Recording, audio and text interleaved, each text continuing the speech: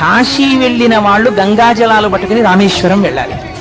వెళ్ళి కాశీలో గంగ పట్టుకెళ్ళి రామేశ్వరంలో ఉన్న శివలింగానికి అభిషేకం చేసేస్తారు.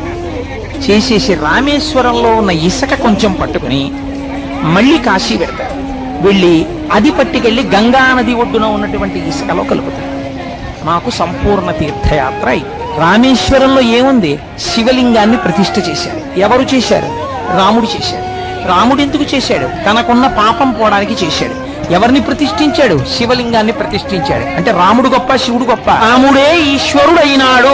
కాశీ రామేశ్వరాల మధ్యలో కాశీ వెళ్ళి జలం తెచ్చి రామేశ్వరంలో, రామేశ్వరం ఇసుక కాశీ పట్టికెళ్లడంలో సంపూర్ణ యాత్ర అయిందండం వెనకాతల మీరు లోపల పెరగవలసినటువంటి స్థితిని చెప్పింది.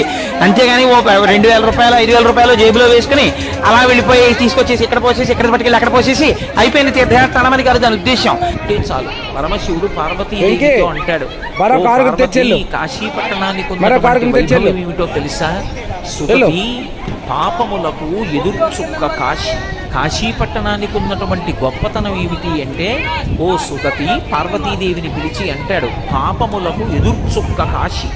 కాశీ పట్టణం లోపలికి వెడుతుంటేనే రోమకూపములను ఆశ్రయించి ఉన్నటువంటి పాపరాశి పక్షి రూపంలో ఎగిరిపోయి చెట్లని పట్టుకుని ఉంటాయి. మళ్ళీ వాడు బయటకు వస్తాడేమోనని 9 రాత్రులు కాశీ పట్టణంలో ఎవరు పులిమేర దాటకుండా గడుపుతారో ఇక వాడు మళ్ళీ 9 నెలలు అమ్మ కడుపులో పడుకోవలసిన అవసరం పోయింది. కాబట్టి ఇక ఆ పాపములు ఆ వ్యక్తిని పట్టుకుని ప్రయోజనం ఉండదు. కాబట్టి ఇక ఆ పాపములు అక్కడతో వెళ్ళిపోతాయి. ఇక వ్యక్తిని పట్టుకోవు. నిజంగా నీ మేలు కోరుతాడు కాబట్టి ఆయన ఇవ్వకూడదు. ఇవ్వలేదని నువ్వు ఏడవకూడదు. ఓ ఇది నాకు యుక్తము కాదు.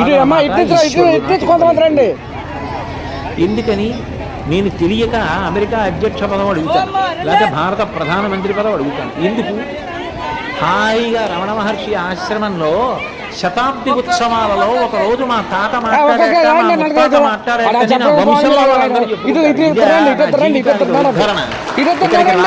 ఉద్ధరణ. ఎందుకు నాకు ఆ పదవి? ధరించవలసిన వాళ్ళు వేరే నాకెందుకది? నీకు అక్కర్లేని దాని జోలి. మీ మనశ్శాంతిని ఏ కారణానికి పాడు చేసుకోవాలి. మీ ఈశ్వరోపాసనని మాత్రం ఏ ఒక్క కారణానికి ఎదుర్కోవాలి. నీతో కలవడం వదలడం జీవితంలో ఎంతో మంది కలుస్తారు, వదులుతారు. ఇవన్నీ కృతం. ప్రవేశే నిర్గమేస్తథ.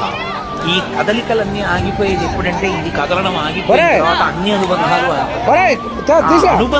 వలన వచ్చేటటువంటి ప్రశాంతి ఈశ్వరోపాసన ఎందుకు ప్రతిఫలించకుండా దాని